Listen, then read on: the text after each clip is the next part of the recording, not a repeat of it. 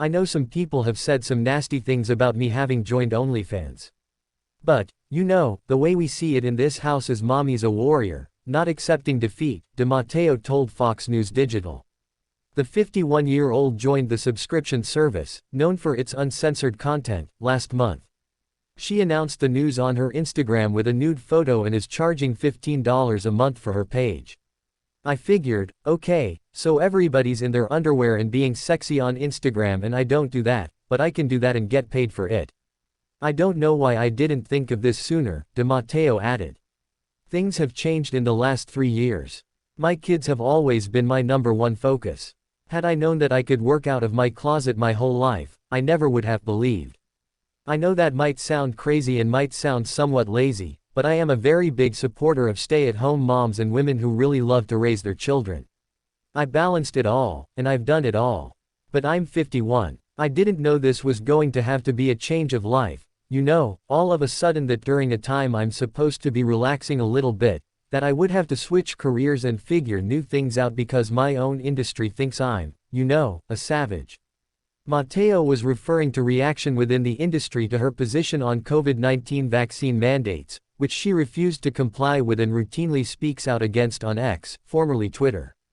I guess you could say I was a bad girl because I did not follow the rules a couple of years ago. So, I don't want to be at the mercy of mandates or strike or anything like that ever again, De Matteo said. The actress said her agent dropped her, and she, almost lost our home over it. People find that hard to believe that I was never really paid very much money for any of the jobs I've done, De Matteo said. People think I'm f***ing made of gold, and I'm not. I've worked job to job. And I've turned down tons of jobs in the past just to be with my children because their dad's on the road, and he's not around as much. But once she put up a more explicit photo, she embraced the new opportunity, ignoring the haters along the way. I just don't care. I don't. I'd rather save my family than save face, she said. Listen, for the people who think it's something crazy. It's not what you think it is. And for the people who think it's something crazy, it's exactly what you want it to be. The Sons of Anarchy star says her boyfriend, Robbie Staylor of the band All Them Witches, and her children from her relationship with Shooter Jennings are supportive of her work on the site. My kids were the ones that were like, do it. She'll De Matteo's daughter edit the pictures, too, because they want certain things that we haven't been able to do. I used to have a lot of money. And then, all of a sudden, I went from being allowed to work to never being allowed to work again. I was never the kind of actor that took jobs just to stay in the business. I literally took jobs to feed my family. So, when people make nasty comments about why I would have done that, my response is, damn straight, I hope you're never in the f***ing position I'm in. I take care of an entire family and a lot of other people who depend on me. She also revealed her kids have read the comments about her decision to join OnlyFans, which worried her at first. I know that my daughter read an article and read some of the hater comments.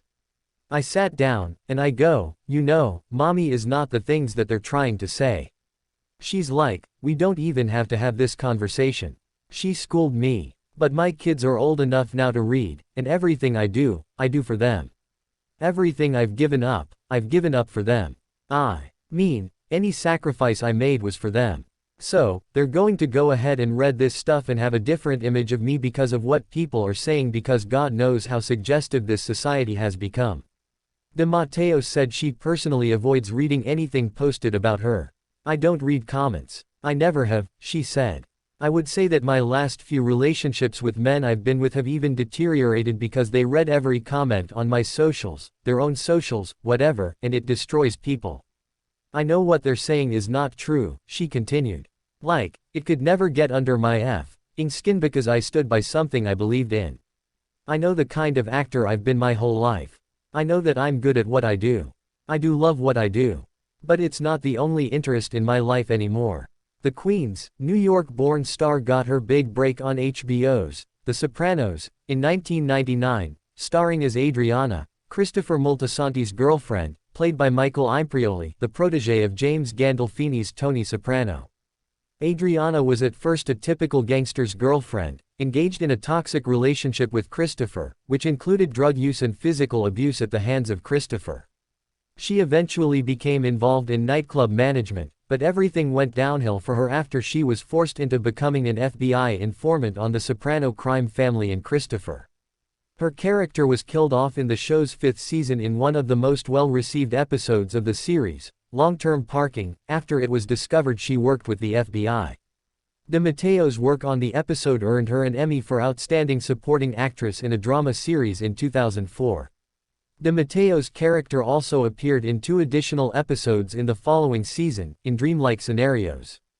From there, she appeared in shows like Desperate Housewives and Sons of Anarchy, and films like New York, I Love You, and Don't Sleep.